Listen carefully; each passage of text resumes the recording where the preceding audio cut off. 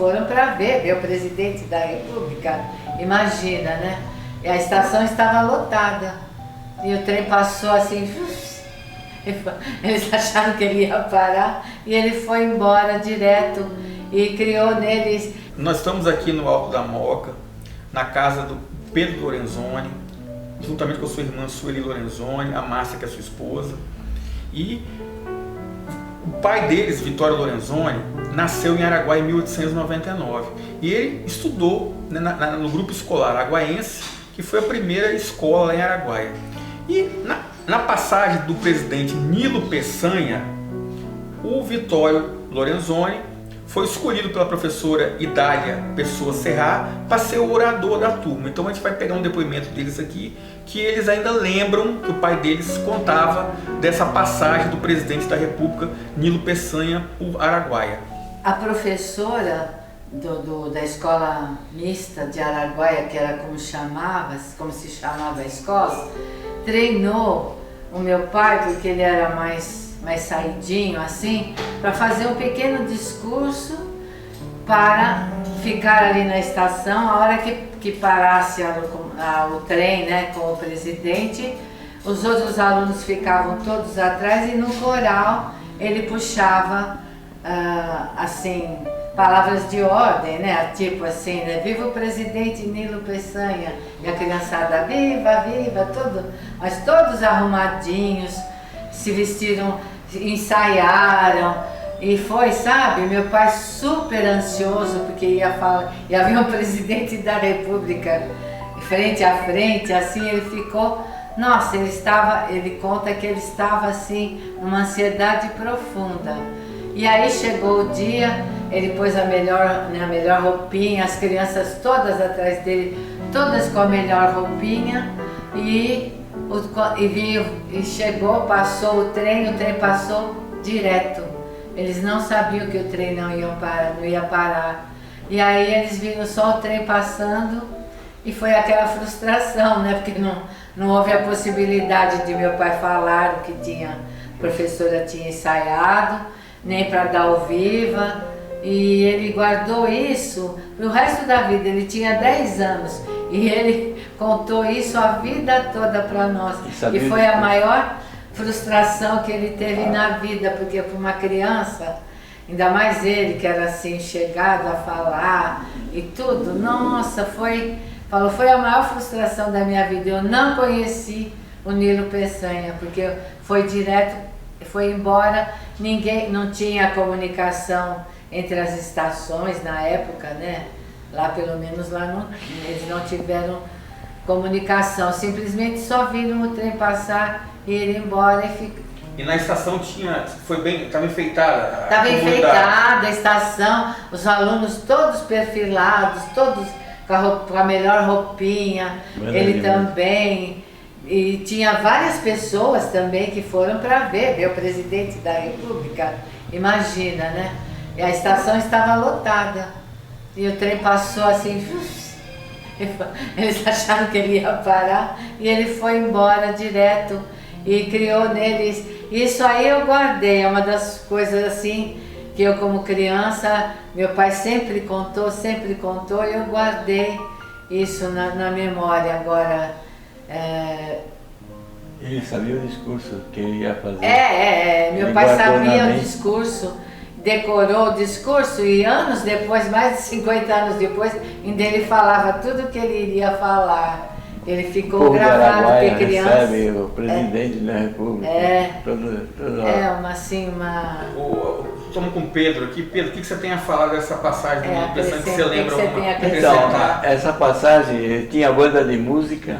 E ele lembrava ao povo, estamos aqui, o povo de Araguaia, Espírito Santo está recebendo o nosso presidente da República, vem inaugurar essa linha do trem da Leopoldina, e seja muito bem-vindo, presidente. Ele sabia tudo, eu sabia de cor, agora eu esqueci também, mas ele falou assim a vida inteira dele. A vida inteira ele contou essa história sempre. Ficou com uma frustração. Uma frustração infantil, né? Porque eles deram banho, escovado, roupa tudo limpinha, sapato engraxado, tudo meinha, tudo nos trem, né? E o trem passou. E eles ficaram... Eu não sei quem dos moradores de Araguaia possa ter a foto desse dia, né? Pelo menos as pessoas... Nem jornal da não tem, né? Nós não encontramos nada. Tem, jornal né? tem. Jornal tem. Só não tem a foto. A foto, Mas fala no jornal da época, fala. né? Então. Mas foi uma expectativa assim, muito grande da comunidade. Foi, imagina a cidade de Araguaia estar recebendo o presidente do Brasil descendo do trem, sendo homenageado. Foi um acontecimento, né? Foi. E aí a frustração. Agora, o motivo nós não sabemos por que o trem não parou lá, veio da estação anterior, onde tinha parado, e aí passou direto aí, foi embora para frente, para Minas, né? Ia ser para Vitória. Para Vitória. Agora, uma coisa, eles eram muito festeiros. Eu lembro meu tio Paulo contando como foi a passagem do século em Araguaia. Que eles, a companhia que construiu a estrada de ferro usava dinamite para quebrar as pedras para fazer a linha do trem. Você pode ver que Araguaia é pedra para todo lado. E eles pegaram, trouxeram uma caixinha de dinamite e quando foi meia-noite eles soltaram e jogavam assim dinamite para a passagem do século. De 1899. Não, seria o certo, seria 1900 para 1901. Mas eles comemoraram, acho que 1899. O tio Paulo contava que ele era pequeno, ele ajudava a turma a acender a espoleta, porque um dos motivos de desenvolvimento de Araguaia é a vinda dos ingleses para lá. Mudou da água para o vinho, porque eles estavam como se fossem selvícolas, né? O que o cara ia fazer lá? Não tinha trem, não tinha estação, não tinha estrada, não tinha nada. E com o advento da estrada de ferro Leopoldina, foi o progresso e o desenvolvimento de Araguaia. Acho que até acabar a linha do trem era um espetáculo, né? E em matéria de construção eles aprenderam muita coisa. Tem tijolos aí em Araguaia que foram feitos na Inglaterra, que veio de trem até o Rio de Janeiro, do Rio de Janeiro o lobo de burro levava. E tem o Banco da Estação, tem muitas obras de arte lá, de engenharia que está. Nós temos que preservar isso porque quem não tem o passado não merece ter futuro também, né? O seu tio tinha também um comércio de pele, né, de animais, né? Como é que é isso? Alguém da família Ronque e um Lorenzoni, eles tinham comércio eles tinham um cartão de visita, até o Titulino jogou fora, cartão escrito assim, compra e venda de pedras preciosas, couro de animais e que mais tinha outra coisa, madeira, e madeira nobre, tudo fruto do Espírito Santo. E eles distribuíam o cartão, o comprador vinha lá, eles levavam pele de animais, que era o que eles caçavam, né? Pedra preciosa, aí tem meu tio Antônio que ele tinha quase 100 anos, ele ia com um burrinho, ficava um mês fora no mato, desviando o rio, catando pedra, lá da região de Araguaia. Ele desviava o córrego e no leito do córrego usava bater. Inclusive ele me deu uma pedra de presente quando ele veio aqui em 1954. Ele já tinha acho que 90 anos. Ele tinha um funcionário dele que tinha vindo da Guerra do Paraguai. A guerra acabou e eles iam do Paraguai para o Nordeste, que é a maioria nordestina, e paravam lá para contar histórias, contar de Solano. Então ele sabia de Solano Lopes, de Conde D, Duque de Caxias, tudo isso, essas pessoas. E meu tio Antônio, ele tinha, assim, à noite ele dormia, ele tinha, assim, pesadelos de ouvir falar de guerra, essas coisas, e ele conversava de noite. Ele dormiu aqui, e eu era companheiro de quarto dele, porque ele já era velhinho, e de noite ele acordava assustado, falando, Solano Lopes, tudo isso daí, né? E ele usava para dormir, ele usava aquela camisola. E aí um chapéu com pompom e uma bolinha. Um gorro igual gorro de papai. É igual tem nos desenhos do Pica-Pau, essas coisas. Eu tinha um medo de ver ele vestido daquele jeito, meu Deus. Porque pra mim parecia um fantasma, né? Todo de branco com aquele gorro. Nossa. Mas ele tinha conhecimento das coisas. Puxa, o irmão do André, Fioravante era o irmão dele. O irmão que sobreviveu, né? Porque os outros morreram quase todos. Não, ele era irmão do tio João também, né? É, do João também. Do João também. É, do João. Do João também, é. O João também era... O João veio também em casa. Veio da Itália também. Tem uma passagem do João que o Fioravante morava no sítio e o João já estava mais estabelecido, né, na cidade. E o meu avô levou as crianças para comer assim, num restaurante, não, uma estalagem, né? E aí o meu tio João comentou com o irmão dele: puxa, seus filhos comem com a mão. E o Fioravante dizendo: e o seu come com os pés?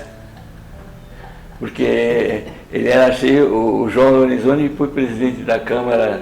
Ele era mais requintado. Ele queria ser eleito, se não for para ser presidente da Câmara, nem quero ir. O tio Turino nasceu em Santa Isabel. Meu pai nasceu em Matilde, né? Está escrito Matilde na... É porque Araguaia pertencia a Matilde nessa época. É. Depois passou para Santa Isabel. Aí quando puseram a praça, o município chamava Domingos Martins. Domingos Martins, isso aí. Né? Puxa, quantos nomes teve Araguaia, hein? Nossa. Não, Araguaia O município, né? O município pertenceu a vários municípios, né? Pertenceu a vários municípios, não era um E município. distrito também, né? Depois virou distrito em 1900. Distrito de Campinho, acho que era. É, de Domingos Martins, que fala Campinho. Também. Então, que era o inimigo de futebol do Araguaia. E estava no mesmo município, né? É. Santa Isabel também, o senhor falou que ele jogava com Jogava Santa Isabel. E eles jogavam bote, chamava Ponto e Rafa. Rafa, não sei se é de Rafael. É um jogo que tem de bote, é dos italianos velhos, que ele joga a bola e tem. Você já conhece bote, né? Então, mas tem Ponto e Rafa, não sei o que é. Porque meu pai levava a gente para ir assistir jogo ele era bochista, não é bochófilo, o pessoal fala bochófilo, eu falo errado. Bochófilo é quem gosta da bocha. E bochista é quem joga a bocha. É. Eu falava: você é bochófilo? Ele falou: eu sou bochista. Bochista é que nem você é futebolista, não é futebolófilo. Futebolófilo é aquele que gosta do jogo. E futebolista é aquele que joga. A turma do Espírito Santo, eles pega no pé, viu? O senhor falou que seu tio fazia a fortaia. Fortaia. O Tuturino fazia até morrer, ele Até fazia. morrer ele fez essa fortaia aí. Eu achava que parecia um omelete, mas era mais... Ele disse que comeu, onde foi? No sul? Foi lá no Rio dos Cedros. Nossa, No é, sul, o a fortaia. costume Rapaz, isso aqui. era da nona esse costume. Era, né? Era da minha... E a polenta ele cortava com a língua, a linha. Já viu, né? A minha avó, a minha tia, a minha madrinha, se você cortasse a faca na polenta, você era execrado. É? Ah, tinha que ser com a linha. É mesmo? Porque não existia aço inox também, era só aço normal. E o aço deixa um gosto, né? Tá vendo aí o segredo aí? E tinha a linha, passa, corta. Tinha mais alguma comida que o senhor lembra, talvez, que eles faziam, os italianos? Tinha bigoli e salsa, macarrão com molho. Mas isso já... A minha avó veio conhecer macarrão aqui no Brasil. Ela veio da Itália, hein? Porque depende da região, lá é risoto. Risoto é arroz com... Não, a Denadai, né? A Maria Denadai não conhecia. ela veio conhecer, o cara fala: você é italiano, mas comedor de macarrão. Ela falou: nem sabia o que era isso. Foi conhecer macarrão aqui. E ela chamava como que o senhor falou aí? Bigoli e salsa. Salsa é molho de tomate. E bigoli é macarrão na língua vêneta. Acho que é bem. Não sei. Porque o Vêneto é o seguinte, antes do Império Romano já existia os Vênetos. E tinha o Palácio dos Lordes, lá não é Lordes, como é que chama? Em Veneza. Aquele, ele tem um outro nome. É um palácio que foi construído antes da colonização romana. A sua avó veio para São Paulo com os filhos pequenos ou já tinha Vieram os 8 filhos. Os 8 filhos. Só que quem veio primeiro foi meu pai e o José. Eles, primeira noite, dormiram no banco banco do Jardim, na praça, que não tinha emprego, não sabia como é que era São Paulo, nada. Naquele tempo ninguém sabia nada. Meu pai, aí ele andando, foi no Cambuci. Cambuci é um bairro aqui do lado, onde Delfim Neto, já ouviu falar de Delfim Neto?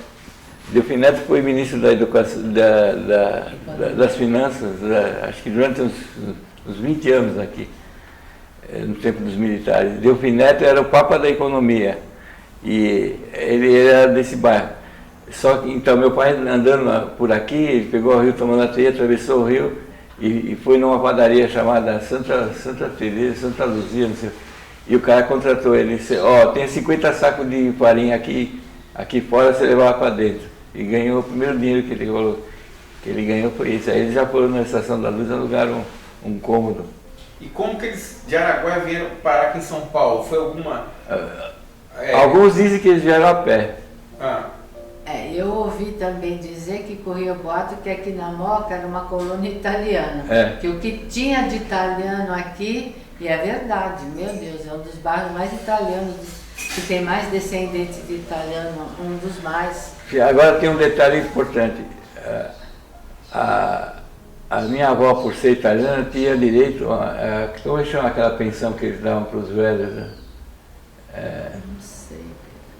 Tinha direito a uma pensão. Tinha direito a uma pensão, mas minha avó se recusou, falou, eu tenho força para trabalhar, não preciso de dinheiro do governo, porque o governo italiano pagava. Porque, por exemplo, a mulher ficou com 8 filhos pequenos, o Paulo era um pouquinho mais velho, mas o resto era tudo pequeno. Fala, você não quer ir nessa... Acho que era até o Matarazzo que dava pensão, tipo de uma pensão NPS da vida para a pessoa. Uma ajuda de custo. Porque não existe italiano mendigo que pede esmola. É verdade, você tem braço para trabalhar, vai trabalhar, rapaz, não tem essa de. Você vê a mentalidade como é, né? Não sei porque eles não acharam a terra, não era terra não é igual ao Espírito Santo, nós vamos se dar mal aqui, e perderam o sinal. Aí meu pai ele falou assim, se deu o sinal da propriedade, se você não quer, você perde. Não existe causa de arrependimento numa venda. Então eles perderam quase 30% do dinheiro que eles trouxeram, acho que amarraram na calça. O dinheiro que não tinha banco, não tinha nada. E eles perderam 30%. Aí ele comprou, em frente à estação do trem, próximo da estação do trem, em frente a um moinho chamado Menete Gamba, ele comprou um armazém. E morava, tinha a casa e tinha um armazém, igual tem no interior, né? O cara mora no comércio dele mesmo. E morou tudo. E aí veio a Revolução de 1924 e as tropas federais avançaram em São Paulo e minha avó então levou os filhos embora, a pé para Jundiaí. A pé para Jundiaí. Cidade vizinha. Jundiaí dá 100 quilômetros, né? Mais ou menos, um pouco menos. Lá perto onde a gente tem a chácara. E eles foram, levou a pé e aí os soldados se alojaram na casa. Tinha bebida, tinha comida, tudo. E quando eles foram embora, o chefe do batalhão lá deixou um dinheiro escrito, isso aqui é para pagar a nossa pensão, que nós ficamos tantos dias, comemos tantas coisas, como era o povo antigamente, né? Pedro, seu pai contava alguma história lá em Araguaia, quando ele era criança, além dessas coisas, alguma coisa? Essas já são coisas da morte. Onde ele trabalhou, você trabalhava na roça? Ele trabalhava no armazém. No armazém, né? No armazém do Paulo. Acho que ele ajudava na fabricação de cerveja, essas coisas, porque ele veio para aqui e depois foi trabalhar na Antártica. Antártica. Aqui em São Paulo. Companhia Antártica Paulista. E ele entendia de cerveja, ele discutia. Tinha os mestres cervejeiros que trabalhavam, que era o cara que mandava. A Antártica era a maior fábrica de cerveja que tinha no Brasil. E aí ele foi trabalhar na Antártica porque pelo conhecimento que ele adquiriu lá em Araguaia de fazer cerveja, de lúpulo, malte, não sei o que, tudo isso. E ele era criança ainda, ele trabalhava, lavava a garrafa. Lá, né? Lá em Araguaia, lavava a garrafa. Porque em Araguaia teve uma fábrica de cerveja em 1908, que era do marido da professora, da Idália. O Serrati. Serrati. Ele falava desse Serrati. Ele falava? O que ele falava do Serrati? Era da família da professora, da dona Idália. Eu tinha o diploma assinado por ela. Não, está lá em Araguaia. Você viu o diploma dele, como que é? Já está lá, eu levei para lá. A dona Idália, ele falou, essa professora me ensinou que em 10 faculdades não consegue ensinar. Porque 4 anos no Espírito Santo equivale pós-graduação em qualquer ele lugar. Ele falava isso. Olha como que a gente ria que se... Ela era uma boa professora, então. Mas olha, o que meu pai aprendeu, é verdade, eu fui professora, né? O que meu pai aprendeu lá no grupo na Escola Mista de Araguaia em 3 anos, ele precisaria estudar 7 aqui em São Paulo para poder saber. A parte de matemática, de português também, de história. Caligrafia. Nossa, caligrafia, tudo. Caligrafia ensinava para as crianças. Você faz esses garranchos, você tem que escrever para todo mundo pegar e ler o papel, porque o papel vai ficar para a vida inteira. Ele tinha caligrafia na escola, né? Na escola. Então... Tinha caderno de caligrafia, eu cheguei a pegar. A gente ainda estudou caligrafia. Caligrafia sim, mas eles lá, eles tinham uma coisa. Tinha um lá em Araguaia que era especialista em desenhar, por exemplo, um diploma, qualquer coisa, o cara desenhava assim, com aquelas letras góticas, letra alemã. Tudo em Araguaia. Meu pai conhecia os escritores franceses que a professora falava. Tem Anatole France que escreveu tal livro. Ela falava tudo em português explicando, né? A professora Idália. A professora Idália, né? Essa pessoa eu falo, meu Deus, né? Alexandre Dumas. Alexandre Dumas. Ele sabia, meu pai conhecia vários escritores franceses com a obra deles. Em português, evidente, né? Que a professora também explicava que era um escritor e dava o texto. Eu fiquei, eu falei, meu Deus, em 1900 e nada. Você vê como a química é importante? O meu pai... Impressionante. Eles faziam, em Araguaia, faziam a tinta para pintar as casas. E aí, antigamente o pintor era um químico, era um sábio, porque ele falava, isso aqui tem que usar óxido de chumbo, sulfato de ferro, manganês, põe um pouco de óleo de peroba, põe um pouco de óleo de gordura de porco, mistura tudo e aí sai a tinta. E tinha que ser meio artista. O avô dela fazia a cor, né? O avô dela fazia a tinta com banha de porco. Banha de porco. Ele fazia o torresmo, tirava aquela gordura para misturar na cal, fazia a mistura. Por isso que agora nós estamos vivendo bem, porque não precisa nada disso. Você vai na loja, pega a latinha, vai para casa e joga. E essa tinta lá, eles pintavam as casas lá? Caiação. Caiação, óleo, óleo fixa, né? Tempera batida, que nem essa daqui. Você vê, graças ao conhecimento que eles adquiriram no Espírito Santo, cada um arrumou o seu emprego. E os irmãos que vieram para cá, eles falaram, como é que o cara se dá bem aqui em São Paulo, ou na vida em geral? Ele com estudo. Então, vão nos unir os irmãos, vão pegar o mais novo vai estudar e vai ser contador. E meu tio se formou contador. E aí ele ensinou tudo que ele aprendeu na escola de contabilidade para os irmãos mais velhos, que pagaram o estudo para ele. Porque um trabalhava numa fábrica, outro trabalhava noutra, mas era empregado. E aí eles se juntaram e fizeram um escritório de contabilidade que os que não tinham em 4 anos, mas aprenderam com o irmão mais... Né? Meu tio dava o nome porque precisava ter o tal do CRC, né? Conselho Regional dos Contadores. Ele fazia balanço, tudo. Então, eles ajudavam esse escritório que levantou tudo. Graças à professora Idália que ensinou. Porque meu tio, ele estudou contabilidade, mas ele tinha 18 anos, ele foi ser gerente geral de uma fábrica de torneiras Timco. E aí passou a ser sócio da fábrica de torneiras, com 18 anos. E o número do registro dele, do tabelinho? É 18. O número dele, número também, 18 o número dele. O seu pai contava alguma coisa do seu avô? Não, muito pouco. O que eles falavam do seu avô? Assim, porque eu sei que ele morreu Muito cedo. Ele muito morreu, cedo. meu avô morreu em 1910. 1910. Então ele tinha 10 anos. Ele contava que ele saía na mata para caçar bicho, né? Aquele que tinha comércio de pele, acho que ele também tirava a pele do bicho e quando não tinha assim a fazenda, o sítio que eles moravam não tinha produção, já estava tudo. Ele saía com a mochila nas costas e ia caçar.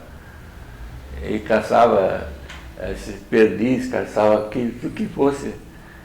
Tamanduá, tudo eles matavam. Acho que passava muito tempo fora. Passava fora. Não podia, o convívio deles não enriquecia. Então, porque a escola dele lá da idade da unidade, acho que era meio período, mas era meio período mesmo. Das 8 ao meio-dia. Das 8 ao meio-dia 7 ao e das 2 meio-dia. às 6, era 4 horas, pau mesmo. E o cara tinha que aprender. Eu estudei numa escola aqui, que a professora ainda usava palmatória, usava milho para a gente ajoelhar. E lá eles usavam palmatória ainda também? Ela usava? Não, ele nunca falou disso. Não. Porque a professora tratava melhor, né? E eu levei tanta na mão. Meu pai devia ser queridinho da professora, para ela ter escolhido ele para Pois ser é, orador. devia ser aluno bom, né? Ele devia ser aluno bom, eu imagino. Ou mais bagunceiro. Ele era Caxias mesmo, estudava mesmo, né? Ele era. Meu pai, ele gostava de fazer palavras cruzadas. Chegava o jornal, a Gazeta, conhece o jornal A Gazeta, até ele morreu, o Casper Libro morreu, a TV Gazeta existe por causa de Casper Libro, você ouviu falar? Chama a Fundação Casper Libro, é a TV Gazeta. Aqui em São Paulo é o Canal 11. É o Canal 11, é aquele que dá traço de audiência sempre. Foi um desastre aéreo muito comentado na época. E nos princípios da aeronáutica, né?